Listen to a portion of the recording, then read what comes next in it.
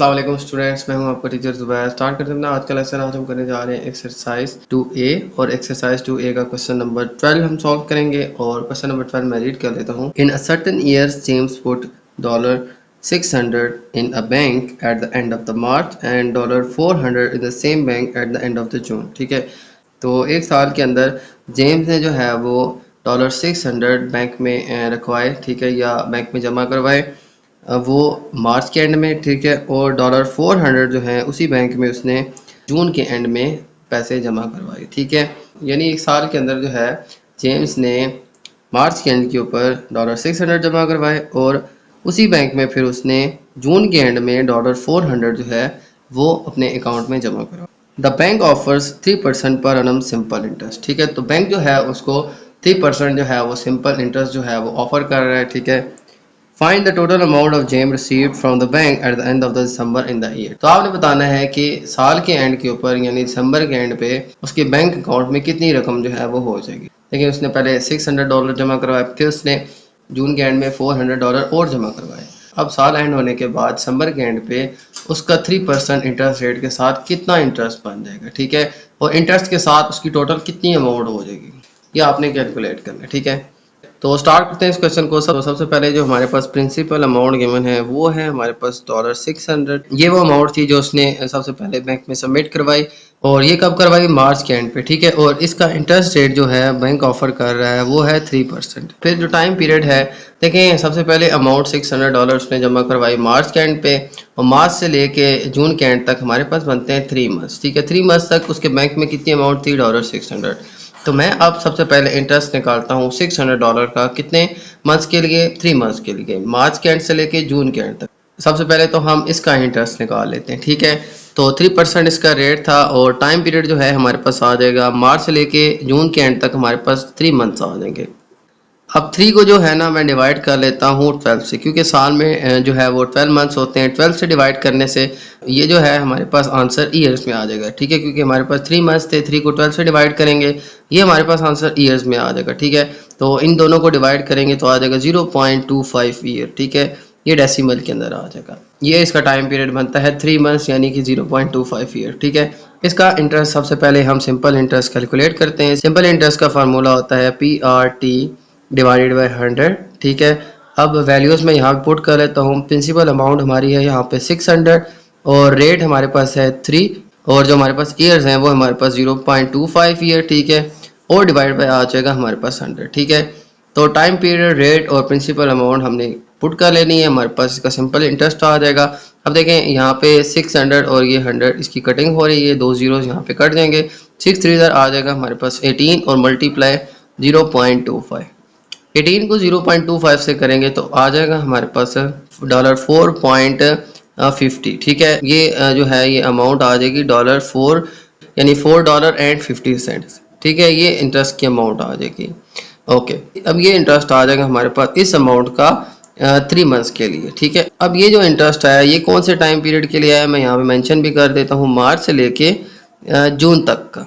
ठीक है, मार्च से लेके जून तक जो उसके बैंक में अमाउंट थी वो थी $600, उसका जो इंटरेस्ट है हमारे पास $4.50। ठीक है, ओके, तो अब देखें क्वेश्चन के सेकंड पार्ट के अंदर हमारे पास जो प्रिंसिपल अमाउंट है वो चेंज हो गई है। ठीक है, यानी जून के एंड में उसने $400 और बैंक में जमा करवाए। अब उसकी अमाउंट थी $600 और फिर उसने $400 और बैंक में जमा करवाई या डिपॉजिट करवाई। ठीक है, इन दोनों को मिला लें तो हमारे पास टोटल जो अमाउंट बनती है वो बनती है $1000।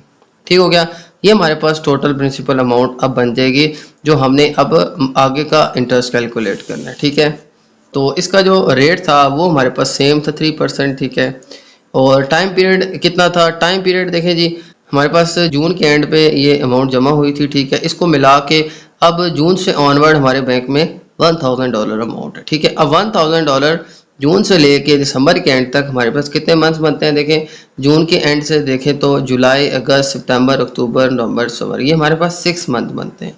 तो टाइम पीरियड आ जाएगा हमारे पास 6 मंथ। इसको हम 12 से डिवाइड करेंगे तो हमारे पास आ जाएगा ये टाइम पीरियड ईयर के अंदर। ठीक है, तो 6/12 करेंगे तो 0.5 ईयर जो है ये हमारे पास टाइम पीरियड आ जाएगा। अब इसका भी इंटरेस्ट मैं कैलकुलेट कर लेता हूँ। ठीक है, अब ये इंटरेस्ट 1 कह रहे हैं आप, ये इसका सेकंड इंटरेस्ट कह लें, ठीक है, I2 कह लें आप इसको। तो इसका फार्मूला आ जाएगा PRT डिवाइड बाई 100, ठीक है, सिंपल इंटरेस्ट का जो हमारे पास फार्मूला होता है। तो प्रिंसिपल अमाउंट अब हमारे पास 1000 हो जाएगी। $600 पहले से थे बैंक में, $400 और ऐड कर दिया, टोटल अब अमाउंट हो जाएगी $1000, ठीक है। अब प्रिंसिपल अमाउंट आ जाएगी हमारे पास $1000, रेट वही है सेम 3% और टाइम पीरियड अब हो गया हमारे पास 0.5 ईयर। ओके, इसको आप डिवाइड कर लेंगे 100 से।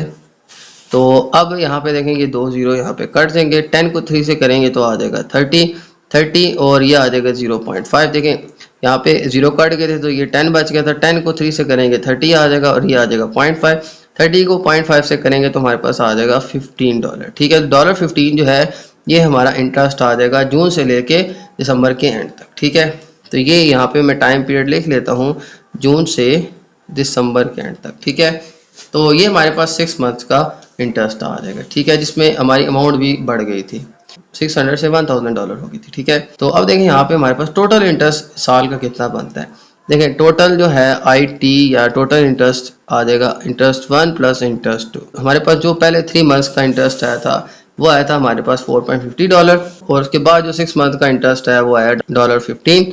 तो इन दोनों को ऐड कर दें, 4.5 plus $15 is equal to 4.50 plus 15 आ जाएगा हमारे पास $19.50, ठीक है। ये आ जाएगा इंटरेस्ट हमारे पास साल का। अब साल के एंड पे हमारे पास जो टोटल अमाउंट होगी विद इंटरेस्ट वो कितनी हो जाएगी, वो आ जाएगी हमारे पास प्रिंसिपल अमाउंट प्लस इंटरेस्ट, ठीक है। प्रिंसिपल अमाउंट हमारे पास थी 1000 प्लस इंटरेस्ट कर लें तो वो हमारे पास आ जाएगा $19.50, ठीक है। इन दोनों को ऐड करें तो हमारे पास $1950 जो है ये हमारे पास अमाउंट आ जाएगी साल के एंड के ऊपर, ठीक है।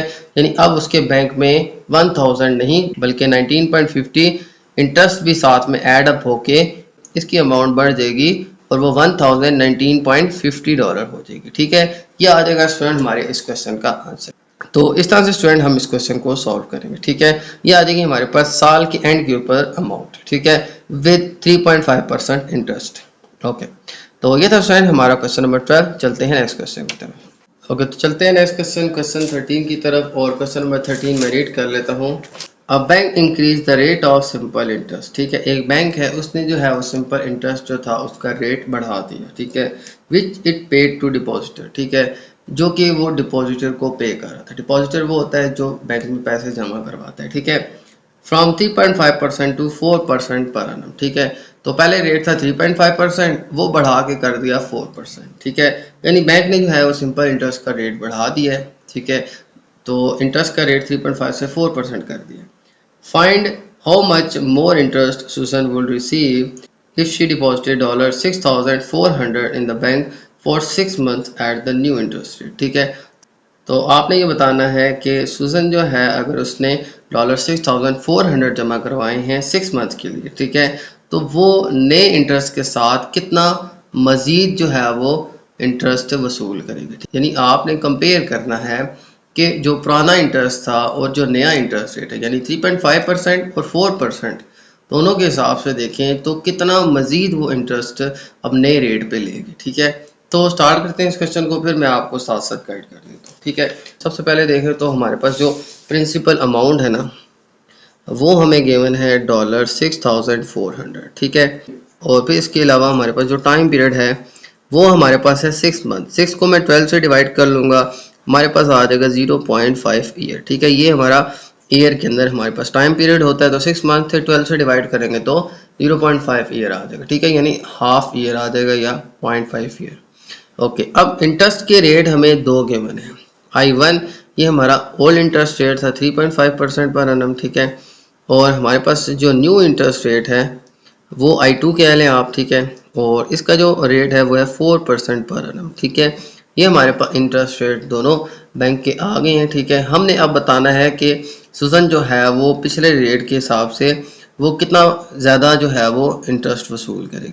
तो हम दोनों ही रेट से इसकी इंटरेस्ट की अमाउंट कैलकुलेट कर लेते हैं, फिर देखते हैं दोनों का डिफरेंस, ठीक है। तो सबसे पहले मैं इंटरेस्ट 1 कैलकुलेट करता हूँ। तो टाइम पीरियड के बाद हमें दो रेट गिवन है, ठीक है। एक है हमारे पास रेट 1 जो कि हमारे पास है 3.5% पर annum, ठीक है। और दूसरा इंटरेस्ट रेट कितना गिवन है, जो नया इंटरेस्ट रेट था बैंक की तरफ से, जो नया इंटरेस्ट रेट दिया गया वो था 4% पर annum, ठीक है। तो अब हमने बताना है कि दोनों इंटरेस्ट रेट के साथ जो सुजन जो है वो इस अमाउंट के ऊपर इंटरेस्ट की अमाउंट वसूल करेगी, ठीक है, वो पुराने से कितनी ज़्यादा होगी, ठीक है। यानी आपने इसके हिसाब से भी इंटरेस्ट की अमाउंट निकालनी है और इस रेट के हिसाब से भी इंटरेस्ट की अमाउंट निकालनी है। फिर दोनों का जो डिफरेंस है वो हम देख लेंगे कि कितना जो है वो इसकी अमाउंट ज़्यादा हो गई है, ठीक है, नए इंटरेस्ट रेट के साथ, ठीक है। तो नए इंटरेस्ट रेट के साथ उसकी अमाउंट कितनी बढ़ गई है, ठीक है। तो सबसे पहले हम क्या करते हैं, हम दोनों ही रेट्स के साथ इसका इंटरेस्ट कैलकुलेट कर लेते हैं, ठीक है। तो सबसे पहले मैं फर्स्ट इंटरेस्ट कैलकुलेट करता हूँ I1, जो कि इस रेट के साथ मैं कैलकुलेट कर लेता हूँ, ठीक है। याद रखिएगा ये सिंपल इंटरेस्ट है, ठीक है। तो इसका फार्मूला होता है PRT divide by 100। Principal amount जो है वो सुजन की हमें गिवन है $6,400। रेट जो है वो सबसे पहले मैं 3.5 के हिसाब से देख लेता हूँ कि इसकी कितनी अमाउंट बनती है, ठीक है। और टाइम पीरियड हमारे पास है 0.5 ईयर और डिवाइड बाय आ जाएगा हमारे पास 100। ये दो जीरो से कट देंगे। अब 64 को मल्टीप्लाई करेंगे 3.5 और फिर मल्टीप्लाई करेंगे हम 0.5 से। तो इन सब को मल्टीप्लाई कर लेते हैं हम 64 इंटू 3.5 इंटू 0.5, ठीक है। तो इन सब को मल्टीप्लाई करें तो हमारे पास आ जाएगा $112, ठीक है। तो फर्स्ट अमाउंट जो थी वो इंटरेस्ट की वो $6,400 के ऊपर हमारे पास आ गई $112, ठीक है। ये आ जाएगी हमारे पास इंटरेस्ट की फर्स्ट अमाउंट, ठीक है, जो ओल्ड रेट के साथ था वो कितना था 3.5%, ओके। इसके बाद देखिए तो अब हम सेकंड इंटरेस्ट निकालते हैं वो 4% रेट के साथ, ठीक है। तो I2 जो है वो क्या आ जाएगा हमारे पास, उसका भी सेम फार्मूला रहेगा PRT डिवाइड बाई 100, लेकिन अब हमारे पास रेट जो है वो चेंज हो जाएगा। प्रिंसिपल अमाउंट हमारे पास गिवन है 6,400, रेट अब हो जाएगा हमारे पास 4%, ठीक है। और टाइम पीरियड हमें गिवन है 0.5 ईयर्स, डिवाइड बाई कर लेंगे 100 से। अब 0 जो है यहाँ से कट देंगे और 4 को और 64 और फिर मल्टीप्लाई 4 को 0.5 से करेंगे तो हमारे पास आ जाएगा 2, ठीक है। यानी 4 को 0.5 से मल्टीप्लाई करेंगे तो 2 आ जाएगा और फिर यहाँ पे आ जाएगा 64 को 2 से करेंगे तो हमारे पास आ जाएगा 128, ठीक है। तो $128 जो है ये अमाउंट इंटरेस्ट की आ जाएगी अगर हमारे पास इंटरेस्ट का रेट कितना है 4%। यानी सिंपली हम क्या करेंगे, सबसे पहले इस रेट के साथ इंटरेस्ट फाइंड करेंगे, वो आ गया $112। फिर हम 4% के हिसाब से इसका इंटरेस्ट रेट निकालते हैं, वो आ जाएगा हमारे पास $128। अब दोनों का डिफरेंस देख लेते हैं तो पता चल जाएगा भाई कि 4% के साथ हमारा कितना इंटरेस्ट की अमाउंट बढ़ गई है, ठीक है। तो हमारे पास इंटरेस्ट का डिफरेंस आ जाएगा, वो आ जाएगा हमारे पास I2 माइनस I1, ठीक है। तो हमारे पास जो इंटरेस्ट की अमाउंट इंक्रीज हुई है वो आ जाएगी I2 माइनस I1, ठीक है। तो I2 हमारे पास फर्ज करें आ जाएगा $128 माइनस I1 जो था हमारे पास था 112, ठीक है। तो कितना इंटरेस्ट की अमाउंट आ जाएगी, इन दोनों को माइनस करें तो आ जाएगा हमारे पास $16, ठीक है। इसका मतलब ये है कि हमारे पास नए इंटरेस्ट रेट के साथ $16 ज़्यादा आएंगे, ठीक है। तो इसका आंसर मैं कुछ यूँ लिख लूँगा, Susan will receive $16 more with the new interest rate. Okay, तो ये आ जाएगा स्टूडेंट हमारे पास आंसर कि सुजन जो है वो रिसीव करेगी कि Susan will received $16 more with the new interest rate, ठीक है। यानी इंटरेस्ट रेट अगर 3.5 से 4% हो गया है तो इस केस में सुजन जो है वो $16 ज़्यादा वसूल करेगी पुराने रेट के हिसाब से, ठीक है। तो लिख दिया है मैंने, Susan will receive $16 more with the new interest rate, ठीक है। नए इंटरेस्ट रेट के साथ सुजन जो है वो $16 ज़्यादा वसूल करेगी, ठीक है। तो ये आ जाएगा स्टूडेंट हमारे पास इसका आंसर। ओके, तो चलते हैं नेक्स्ट क्वेश्चन 14 की तरफ। और क्वेश्चन नंबर 14 मैं रीड कर लेता हूँ। जैस्मिन इन्वेस्टेड $4,000 इन अ बिल्डिंग सोसाइटी। तो जैस्मिन जो है उसने $4,000 जो है एक बिल्डिंग सोसाइटी के अंदर जो है इसने इन्वेस्ट की थी, which paid simple interest at the rate of 7/4%, ठीक है। तो ये जो सोसाइटी है उसको जो इंटरेस्ट पे करती है वो कितना करती है 7/4%, ठीक है। यानी इतना परसेंट पर annum जो है वो इन्वेस्टर को जो है अमाउंट पे करती है, ठीक है। यानी इसने जो है अपने पैसे इन्वेस्ट किए हुए हैं और साल का जो है वो उस अमाउंट का 7/4 4% जो है इस रेट के साथ उसको जो है इंटरेस्ट मिलता है इस इन्वेस्टमेंट पे, ठीक है। तो इसने एक बिल्डिंग सोसाइटी के अंदर अपने अमाउंट इन्वेस्ट की हुई है, ठीक है। After 2 year the rate was increase 7.6% पर annum। और फिर इसने कहा कि 2 साल के बाद जो है ये रेट बढ़ गया, अब 7/4 से ये 7.6% हो गया, ठीक है। इंटरेस्ट का रेट क्या हो गया, बढ़ गया। Find the amount she had eight the end of 7 years, ठीक है। तो आपने बताना है कि 7 साल के बाद उसकी ये जो 4000 अमाउंट है वो इंटरेस्ट इंक्रीज करते करते कितनी हो जाएगी, ठीक है। पहले $4000 उसने इन्वेस्ट किया था, तो इंटरेस्ट के साथ अब उसकी अमाउंट कितनी बढ़ जाएगी, ठीक है। तो स्टार्ट करते हैं इस क्वेश्चन को। सबसे पहले देखें तो हमारे पास जो इन्वेस्टमेंट की अमाउंट है यानी प्रिंसिपल अमाउंट जो है वो हमें गिवन है $4000। ये जैस्मिन ने जो है ये इन्वेस्ट किया था, ठीक है। सबसे पहले जो रेट था हमारे पास वो था, तो पहला जो है वो इंटरेस्ट का जो रेट था वो शुरू में हमारे पास था 7/4%, ठीक है। और 2 साल तक जो है वो यही रेट रहा। 2 साल के बाद जो है ये रेट क्या हो गया, 7.6% हो गया, ठीक है। तो हमने 2 साल पहले और 2 साल बाद, ठीक है, यानी इस रेट के साथ ये 2 साल तक ये रेट रहा और 2 साल के बाद रेट 7.6 हो गया। तो 2 साल का हमने इंटरेस्ट कैलकुलेट करना है इस रेट के साथ, और 2 साल के बाद ये देखिए टोटल 7 ईयर थे, 2 साल की इंटरेस्ट की अमाउंट हम इस रेट से कैलकुलेट करेंगे। और फिर 7 में से जो अगले 5 ईयर थे उसमें हम उसका रेट 7.6% से कैलकुलेट करें। तो सबसे पहले हम दो इंटरेस्ट अमाउंट्स निकालेंगे, ठीक है। तो एक में हमारे पास जो टाइम पीरियड है वो हमारे पास है 2 ईयर्स, ठीक है। क्योंकि ये 7 साल का कैलकुलेट करना है तो सबसे पहले मैं पहले 2 साल की इंटरेस्ट अमाउंट कैलकुलेट कर लेता हूँ, ठीक है। पहले 2 साल में इतनी अमाउंट थी और इतना परसेंट हमारे पास इंटरेस्ट रेट था, ठीक है। तो I1 एक आ जाएगा और एक I2 आ जाएगा। तो सबसे पहले मैं I1 यानी मैं पहले 2 साल का इंटरेस्ट रेट कैलकुलेट कर लेता हूँ, ठीक है। तो I1 जो है वो आ जाएगा हमारे पास PRT डिवाइड बाई 100। तो P प्रिंसिपल अमाउंट हमारे पास आ जाएगी 4000 इंटू रेट हमें गिवन है 7/4, ठीक है। तो 7/4 को मैं यूं भी लिख सकता हूँ, देखिए 1/4 को डिवाइड कर दें तो आ जाएगा 7.25%, ठीक हो गया। इससे जो है आपकी कैलकुलेशन आसान हो जाएगी। R हमें गिवन है 7.25% और टाइम पीरियड हमें गिवन है 2 और डिवाइड में है हमारे पास 100, ठीक है। तो ये 0 0 यहाँ पे कट जाएगा, ठीक है। 40 और 7.25 और 2 जो है ये आपस में मल्टीप्लाई हो जाएंगे, ठीक है। तो 40 इंटू आ जाएगा 7.25 इंटू आ जाएगा हमारे पास 2, ठीक है। तो इन तीनों को मल्टीप्लाई करें तो आ जाएगा हमारे पास $508, ठीक है। यानी टोटल जो है वो 7.25% के हिसाब से 2 साल का इंटरेस्ट जो है वो बनता है $580, ठीक है। ओके, तो ये 2 साल का हमने इंटरेस्ट कैलकुलेट किया। अब 2 साल के बाद जो है वो इंटरेस्ट रेट बढ़ गया, प्रिंसिपल अमाउंट तो हमारी वही रहेगी $4000। रेट जो है ये अब हमारा जो है वो 7.6% हो जाएगा, ठीक है। क्योंकि इंटरेस्ट का रेट बढ़ गया था, 2 साल के बाद बढ़ गया था। तो पहले 2 साल की जो इंटरेस्ट की अमाउंट थी वो तो आ गई $580।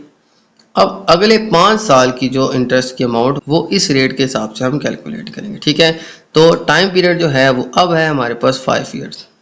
क्योंकि 7 साल का कैलकुलेट करना है, 2 साल का यहाँ पे मैंने कैलकुलेट कर लिया है जिसका रेट था हमारे पास 7/4%। अब अगले 5 साल का जो रेट है वो है 7.6%। तो ये इंटरेस्ट की अमाउंट कैलकुलेट कर लेता हूँ। अब इंटरेस्ट की अमाउंट को मैं I2 बोल देता हूँ, ठीक है। तो I2 यानी जो हमारे पास सेकेंड इंटरेस्ट अमाउंट आ जाएगी वो आ जाएगी PRT divide by 100। Okay, P हमारे पास प्रिंसिपल अमाउंट है 4000, R हमारे पास रेट है अब 7.6 और टाइम पीरियड है हमारे पास 5, डिवाइड बाई आ जाएगा हमारे पास 100, ठीक है। तो अब 0 0 से कट जाएगा, हमारे पास आ जाएगा 40 मल्टीप्लाई 7.6 मल्टीप्लाई बाई 5। इन सब अमाउंट्स को हम मल्टीप्लाई करेंगे, ठीक है। इन सब को हम मल्टीप्लाई कर लेंगे, देखें ये 0 0 से कट जाएंगे। तो 40 मल्टीप्लाई 7.6 मल्टीप्लाई बाई 5, तो इन सबको मल्टीप्लाई करके आ जाएगा हमारे पास $1520, ठीक है। तो $4000 के ऊपर 5 साल का इस रेट के ऊपर इंटरेस्ट बनता है $1520, ठीक है। पहले 2 साल की इंटरेस्ट अमाउंट आ गई थी $580 और अगले 5 साल की जो इंटरेस्ट की अमाउंट है वो आ गई हमारे पास $1520, ठीक है। ये हमारे पास 7 साल की इंटरेस्ट की अमाउंट आ जाएगी। तो अब मैं लिख लूँगा टोटल इंटरेस्ट ऑफ 7 ईयर्स, ठीक है। 7 ईयर्स का जो है वो टोटल इंटरेस्ट कितना आ जाएगा। देखिए हमारे पास एक अमाउंट है 580 प्लस 1520, ठीक है। ये दोनों अमाउंट्स आप ऐड कर दें तो हमारे पास टोटल बनती है $2100, ठीक है। ये इंटरेस्ट अमाउंट आ जाएगी 7 ईयर्स की, ठीक है। तो अब हमने बताना है कि 5 साल के बाद उसकी अमाउंट कितनी हो जाएगी, ठीक है। देखें 4000 उसने जमा करवाए थे, उसके ऊपर 7 साल बाद 2100 इंटरेस्ट भी ऐड हो गया, ठीक है। तो अब हमारे पास जो टोटल अमाउंट ए आ जाएगी वो आ जाएगी principal amount plus interest amount, ठीक है। प्रिंसिपल अमाउंट देखें हमारे पास थी $4000, ठीक है।